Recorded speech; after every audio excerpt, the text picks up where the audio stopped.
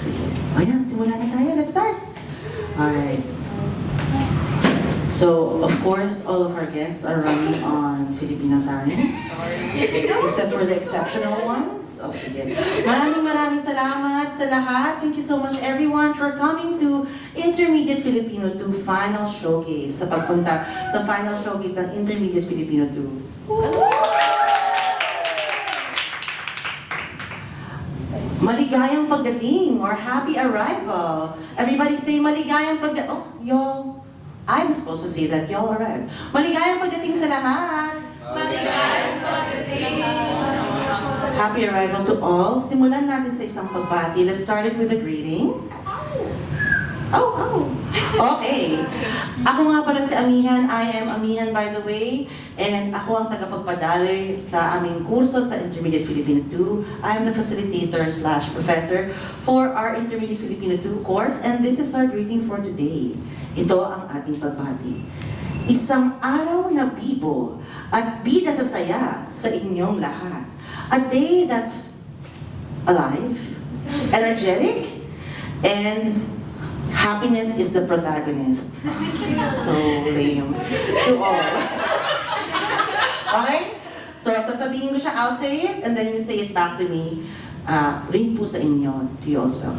So, class, at sa lahat ng ating mga bisita, isang araw na bibo at bida sa saya sa inyong lahat. Isang araw na bibo at bida sa saya po sa inyong lahat. Maraming salamat. Bida sa saya or happiness is the protagonist is the tagline, ang tagline ng Jollibee. We are not sponsored, we are sponsored. But that is the tagline of Jollibee, okay? And to start off, what are we doing here? Ano bang ginagawa natin dito? We are learning how to be kapamilya. Tututo tayo paano maging kapamilya. Sa isang pagtatanghal ng mga mag-aaral ko sa Intermediate Filipino 2, from a showcase from my students in Filipino Intermediate 2. Now, what is kapamilya? What is kapamilya? Ano ba ang kapamilya? Right? Oh, my bad. Ang we will find out, malalaman natin. The reason we're doing this, ang dahilan na ginagawa natin to, ay dahil, sabi Augusto Boal said, theater is a rehearsal for revolution. Ang teatro ay ensayo para sa pagbabago. So instead of writing papers, instead of academic homework, I wanted them to rehearse what they would want to do in real life, right? And so we're gonna present you some skits, some diss tracks, some short stories, some tea, right? And we're gonna do that by starting off with a introduction. Okay. Ako si Amihan, I am Amihan. The rest don't translate ha. Taga Quezon City, from Quezon City, nag-aaral ng studying how to be an adult in New York.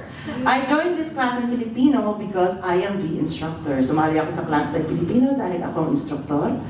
At para sa akin, and for me, ang ibig sabihin ng kapamilya, what kapamilya means, is kapwa, finding yourself in others, pamilya, finding people who have your back, and kapamilya are these two people, ang dalawang taong ito, who let you be happy with who you are.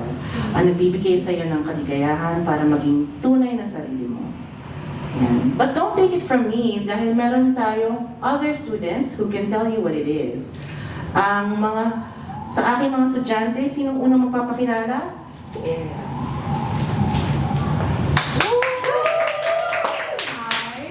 Ako si Erin, taga sa Seattle, nag-aral ng arkitektura sa Columbia. Sumali ako sa klase ng Filipino class dahil gusto kong maging mas Filipino. Para sa akin, ang ibig sabihin ng kapamilya ay empowerment para sa lahat ng Pilipino.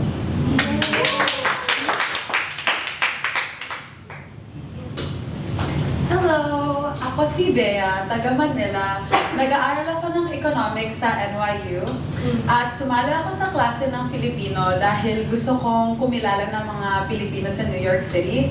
Para sa akin, ang ibig sabihin ng kapamilya ay makahanap ng komunidad malayo sa Pilipinas.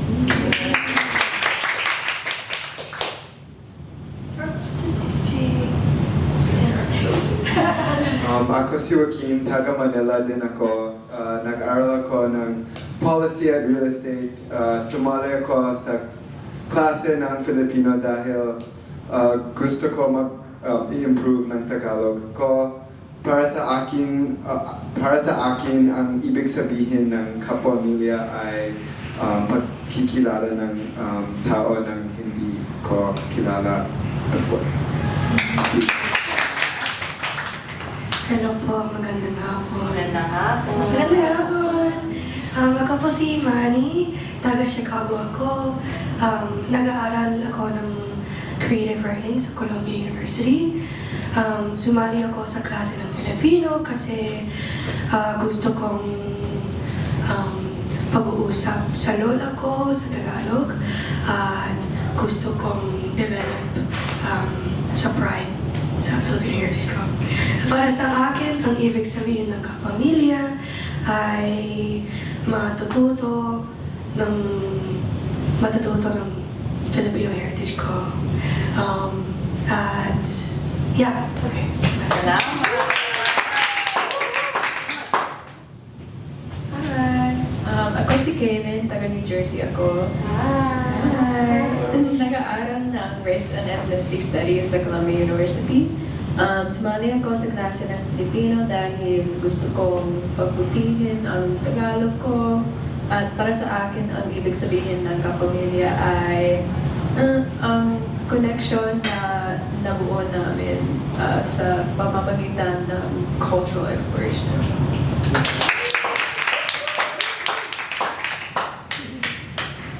Hi, ako si Isa, taga Santa Fe, New Mexico ako. Nag-aaral ng sociology sa NYU. Sumali ako sa klase ng Pilipino dahil gusto ko pakiusap kasama ang lola ko. Para sa akin, ang ibig sabihin ng kapamilya ay komunidad kasama ang mga kaklase ko. Yes. Sige, pero hindi nahuhuli. Last Ako but not si least. Sandra, taga Houston, Texas. Nag-aaral din ng architecture sa Columbia University. Sumali ako sa klase ng Filipino dahil gusto ko balikan at maalala yung sarili kong wika. Para sa akin, ang ibig sabihin ng kapamilya ay pagbibigay ng malasakit sa tao. So yun po ang aking klase, si Sandra, si Bea, si Joaquin, si Imani, si Erlan, si Kaylin, si Isa, at, naku, is that all? At si Sam. Okay, so yun po ang ating kapamilya, spring semester, maligayang mag-abot, mga kaklase. Upo kayo dito sa harap. Sige, at dahil dyan, simulan na natin ang unang yugto, and because of that, let's get this ball rolling. Our first act, how to be a kapamilya. How to be kapamilya, paano maging kapamilya. My students are gonna serve some scenes, maghahandog ng mga eksena ang aking mga estudyante para ipakita sa inyo to show you how to form relationships, paano magkaroon ng mga ugnayan sa loob sa wikang Pilipino, in Filipino. Ang ating unang eksena, our first scene, is talking to relatives, pakikipag-usap sa mga kamag-anak ni Imani at ni Isa. They are gonna showcase, itatampok nila ang paglalarawan ng damdamin, describing feelings, describing people, paglalarawan ng tao, and talking about art, pagninilay ng sining. Take it away, Imani at Isa. Hi. Magandang hapon. Magandang hapon. Hi. Ako po si Imani at Ako si Isa. at ang eksena namin ay tungkol na dalawang pinsan at magchichismis kami. Okay. Oh my God, kumusta ka? Mabuti naman. Nakita tayo noong tag-init. Kamusta po kayo? Or kamusta ka? Mabuti namang, abalang abala ang buhay ko, pero okay yan, busy ako. Meron akong maraming pagtangaralin at trabaho, pero maligaya ko na nandito ako. Okay. Kumusta ka? Mabuti naman yun. Eto ko ang buhay pa. Yung gusto kong pagiging sa pamilya natin. At na-miss ako ang pansit ni Tita Baby. At masarap ang barbecue ni Tito Eric. Pero talaga, ayoko ang bibingka ni Ate Ma. Bakit? Nag-iisip ako na masarap ang bibingka niya. Huwag na basto si Mami. Pero, alam mo ba, ayaw kong, siguro, para sa akin, natamisan ako ang patong na bibingka. Okay. Diba? At, wala siyang karanasan sa kusina. Eh, so, sobrang bata pa siya. Pero, mas maganda ang pitong na bangos. Oh. Nagluto ka ba? Thank you po. Aha. Nagluto ako kasama Ate Ali, Oh. Kakali. Ako. Siya na pala. Naririnig mo ba na nag-divorce siya ang asawa niya? No. Pero wala na ako dyan. Wala na ako dyan. Wala na ka dyan. Diba? Wait, sandali. Sino si Ellie? Kasi talaga, hindi akong kilala ang lahat ng tao sa maraming pamilya natin. Sino siya? Okay. Matangkad siya. Oh, okay, matanggal. May malaking mga mata at Okay. tahimik na tinig siya. Okay, so like katulad sa akin. Opo. At may siya kulay kape ang buhok niya. Okay. Nandito siya ngayon. Nasa tabi ng turon siya. Nasa tabi ng turon siya. Okay. Nakita ko siya. Gusto ko ang vestida niya. At, magkasing kulay ang mga sweater kami. Pero, mukha siya ang napakaluksa. Napakaluksa siya. Opo, kagabi napakig-usap kami hanggang hating gabi tungkol divorce nila. No, talaga. Oh, pasensya na siya. Pero ano nangyari sa asawa niya? Napakali ang asawa niya, si Ren. Ayaw ko si Ren kasi bastos naman. Bastos naman siya. Oo. Ayaw ko si Ren. Talaga? Well then, ayaw ko siya din. Malabata siya ba? Mas deserve ni Ate Ellie ang mas mabuting lalaki. Opo. Opo. Pero mahal na mahal ni Ellie si Ren at kaya nalulungkot siya. Yeah. Pero ayaw kong mas chismis. Oo ko. Kumusta ang trabaho mo? Mabuti naman. Hindi ko alam. Bumibisita ako sa California noong linggo. At ako din, okay lang. Kamusta ang eskwelahan mo? Siya na pala. Ah. Pamunta mo ba sa Whitney Biennial? Oo, talaga. May mga obra Aha. ginamit ni Enzo Camacho at Amy Lian. Pilipino sila. Talaga? Oh, nice. Yeah. Gusto ko ang obra mula sa Pilipinas. Ang Pilipino. Ako rin. Ako rin. Pero na-miss kita. Namimiss kita. Ako rin. Kailangan tayong kailangan natin tumambay pa. Opo. Yay! Talon!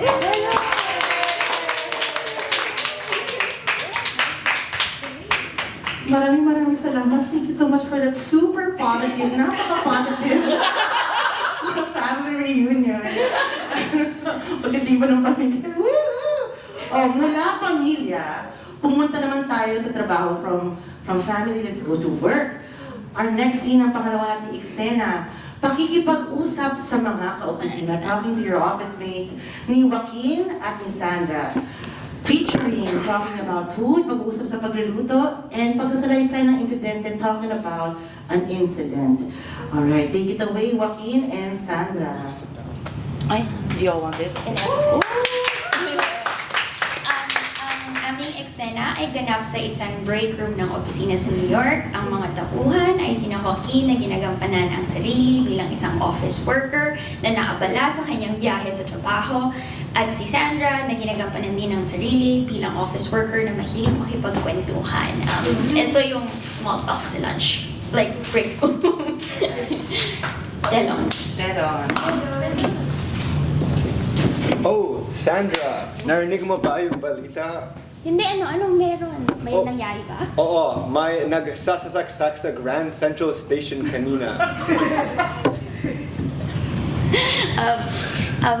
Like, nasan ka yung pangyayaring yon? Pagpunta ko sa Grand Central, nakita ko ng sobrang daming mga pulis at sobrang daming mga harang sa station. Di pwede tayong pumasok sa station. So, nagtanong ako sa isang pulis ng anong nangyari at sinabi niya na totoo na may stabbing sa baba at di pwedeng tayong sumasakay sa subway doon. Naku, nakakatakot naman. Buti nakadarating ka ng maaga. Oo, araw-araw akong sumasakay sa subway na yon, sa 6th line. Ding! Natapos ang timer sa microwave. Naamoy ni Sandra ang baon ni Joaquin.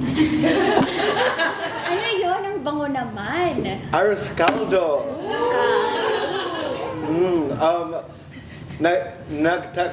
Nagtatakbo ako sa West Side Highway at Central Park kahapon. At pag-uwi ako sa bahay ko, gumitom ako at pagpapahanda ko sa kapatid ko ang arroz caldo na ito. Alam mo, may napanood akong documentary nung kakailan, sorry. Tungkol siya sa karinderya at saka mga street food sa Pilipinas. Alam mo yung goto? Narinig ko yon, pero hindi ko pa tikman. Pareho ba yung pagluto sa arroz caldo? Parehas siya sa arroz caldo, parehas ang sangkap, may luya, yung bigas, tsaka may sibuyas. Ang pinagkaibahan lang may laman loob. Laman loob? Parang di ko type yun. Parang pinasarap ng palabas eh. Hindi ko pa rin nasubukan. Tara, gusto mo, subok tayo. Kaya mo? Game? Next time na lang, pass muna ako. Yan lang. Melon. Maraming salamat. I for one am Team Goto. Ako ay Team Goto. Arroz caldo, chicken, luya, and toyo, patis, chicken, ginger, and fish sauce. Goto is intestines. It's delicious though. Masarap naman. Pero, so, other than, bukod sa mga eksena, other than the scenes, we also wanted to showcase some of the creative work that frankly, our native speakers in class we're working on. So, meron akong mga native speakers sa class at gusto nila matutunan ng mga mas malikhaing paraan ng pagsasalita.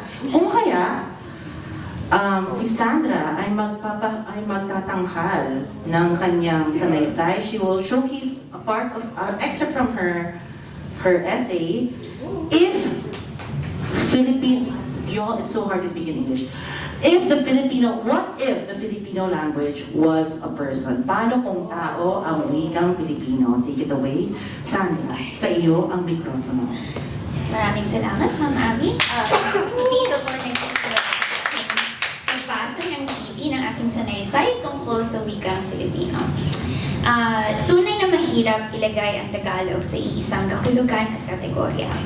Para sa proyektong ito, lumikha ako ng 4 na persona bilang simbolo ng maraming katangian at pagkakakilanlan ng ating wika. Sa paniniwala ko, ang wika ay nagbabago, binubuo ng maraming bahagi at kabilang sa isang kolektibo. Ang mga paglalarawan na ginamit ko sa anyo at ugali ng mga iba't ibang pagkatauhan ay ayon sa diversidad ng kultura ng Pilipinas. Kilala ang mga Pilipino para sa pagiging magiliw at mainit na pakikitungo sa kapwa. Alinsunod sa diwa na ito, iaanyaya ko kayo na gamitin ang ginawa kong personality quiz para malaman natin ano ang sarili nating Tagalog persona. Ayan. So as a group, tayong lahat, gagawa tayo ng personality quiz. Gusto ko tanungin ang ating mga guests, bawat isang tanong, Sige. isang sagot, and then yung sagot natin is like yung collective na answer.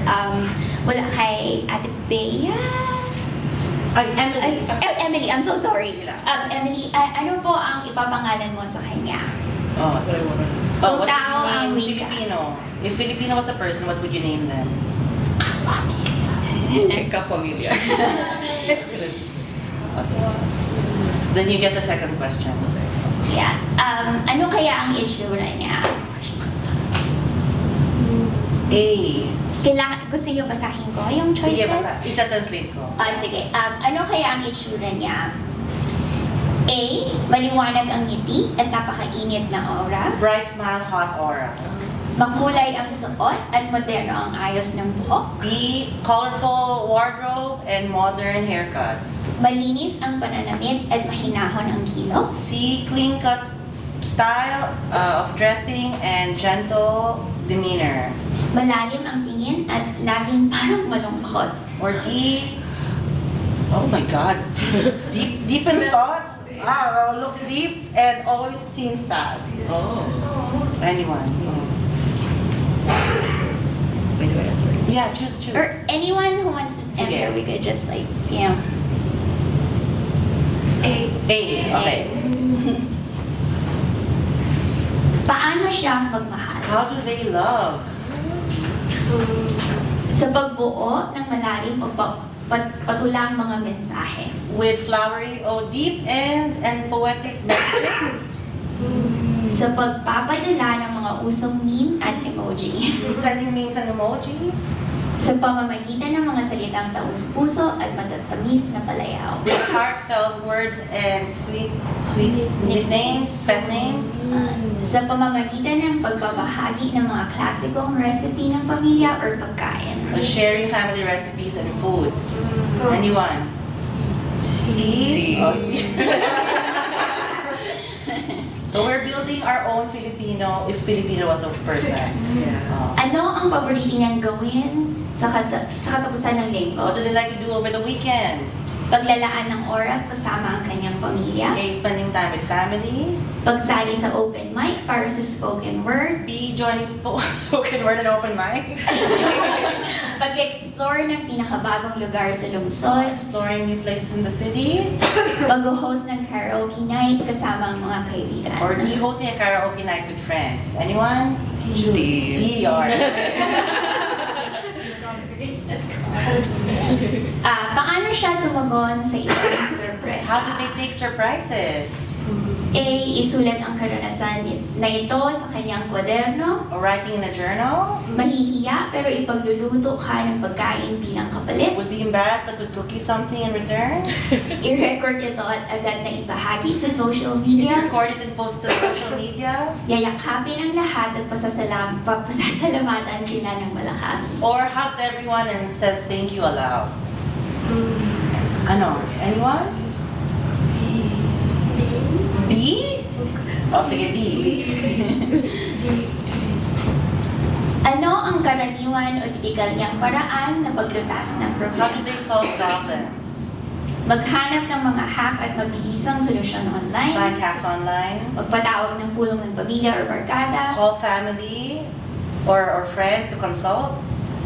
Kumonsulta sa mga tradisyon o mga lumang salawikain. Look up old proverbs and traditional ways to do it.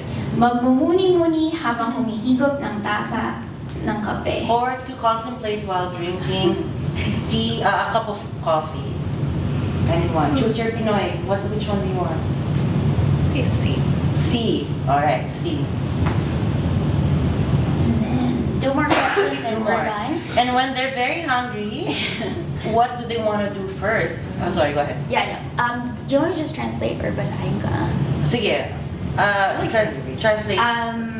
Hindi, basahin mo. Okay, maghahanap siya ng pinakausong cafe at ipopost agad ang pagkain. Find the most popular cafe and post the food online. Ilalabas niya ang lumang recipe book at lulutuin ang paboritong ulam ng pamilya. Bust out the old recipe book and cook the family your favorite. Yayakapin niya ang barkada at yayayain silang kumain sa pinakamalapit na kainan. Embrace a group of friends and invite them to eat at the closest place. Magmumuni-muni muna siya habang humihigop ng napakainit na sabaw. Or reflect on life while drinking hot soup. Oh. What does this person do when they're really hungry? A, B, C, or D?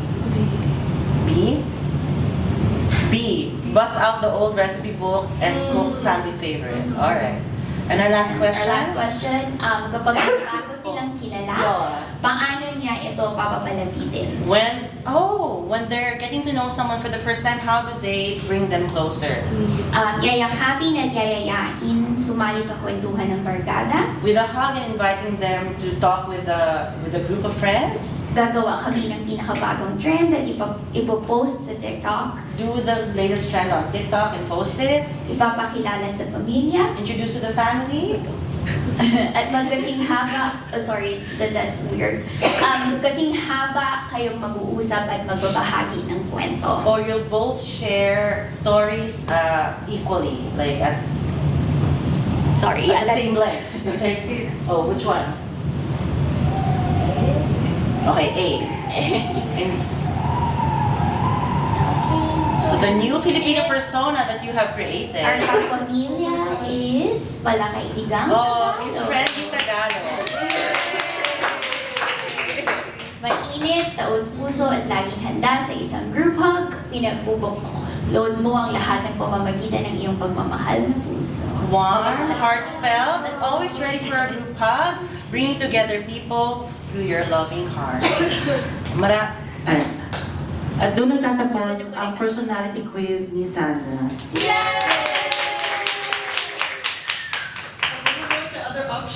You gotta ask Sandra. Okay, para malaman ang other Filipino personalities, if Filipino was a person, ask Sandra. Maraming salamat.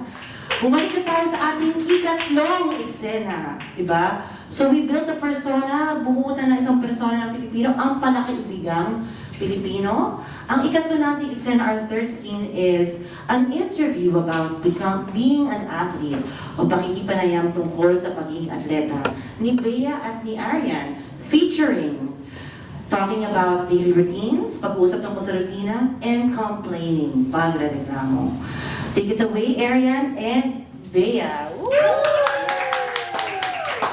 Magandang hapon sa inyong lahat. Ang eksena namin ni Arian ngayon ay isang interview tungkol sa isang Pilipinong estudyante, atleta, at mapagmahal na ina. Telon. Hello. Magandang hapon sa inyong lahat. Ako si Bea Bongko at kasama ko ngayon si Arian Carpio. Tatanungin natin siya tungkol sa kanyang buhay bilang isang estudyante, atleta, at mapagmahal na ina. Arian, kamusta ka naman ngayon? Mabuti lang ako. Maraming salamat pag-imbita sa akin dito, Bea. Walang anuman. Nabilib ako sa istorya mo at sigurado akong gusto nilang marinig ang iyong istorya. Tatanong kita, paano mo sinisimulan ang araw-araw mong rutina? Araw-araw, alas 5 ako gumigising dahil kailangan kong ipaghanda ang anak ko.